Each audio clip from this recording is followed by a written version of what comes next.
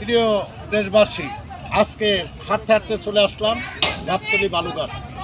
এখানে এক অপূর্ব দৃশ্য, যারা হালাল রুজির সন্ধানে ঘুরতেছে, মাত্র 2 টাকা এক টুকরি বালু নদীর তলদেশ থেকে কিনারে উঠাইয়া গাড়িতে ভরে দিচ্ছে, যেটাকে হালাল রুজি বলে। হালাল রুজি, অল্প রুজি, অল্পতেই তারা সন্তুষ্ট এবং তাদের সুস্বাস্থ্য সর্বক্ষণই ভালো থাকে, আল্লাহ পাক রাখছে। আর হারাম খেয়ে 5 তলা 10 তলায় আপনার ঘুম আসে না, সুখে আপনি ছটফট করতেছেন, আপনাকে বিভিন্ন ওষুধ ইঞ্জেকশনের মাধ্যমে ঘুম পড়াতে হয়।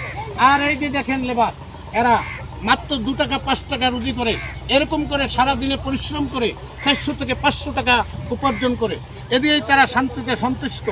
এরা অল্পতে সন্তুষ্ট, অল্প পাইলেই তারা ঠিকমতো চলাফেরা করতে পারে। তাই এদের জন্য সকলে মিলে আপনারা দোয়া করবেন, আর যাতে আমাদের দেশের শ্রমিক বাঁচতে পারে। আর শ্রমিক না বাঁচলে এই যে শহরে ইট বালুর দালান কোঠা, এগুলি কিভাবে তৈরি করবে? তাই কোনো রকম তৈরি করা সম্ভব না। আসেন সকলে মিলে এদের জন্য আমরা কিছু করি।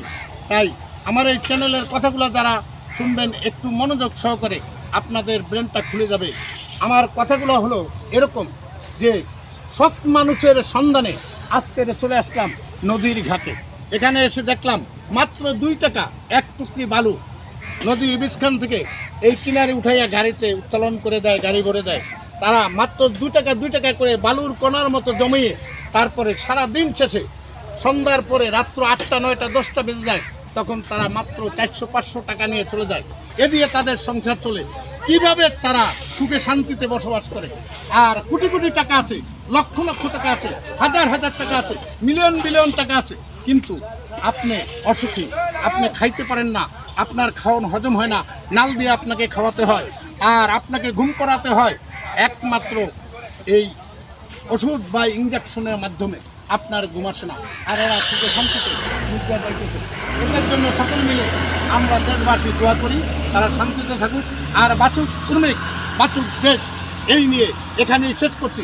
আল্লাহ হাফেজ।